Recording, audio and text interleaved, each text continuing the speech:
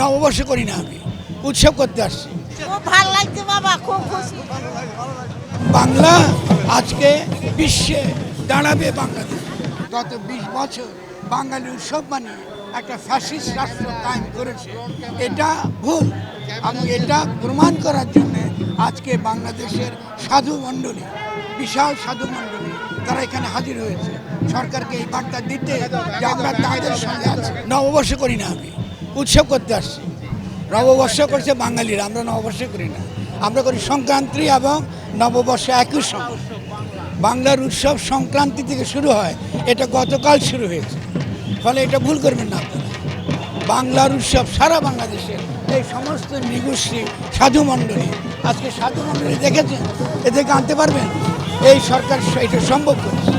ফলে আজকে এটা বাংলার উৎসব, এটা অনেক বড় তার তাৎপর্য।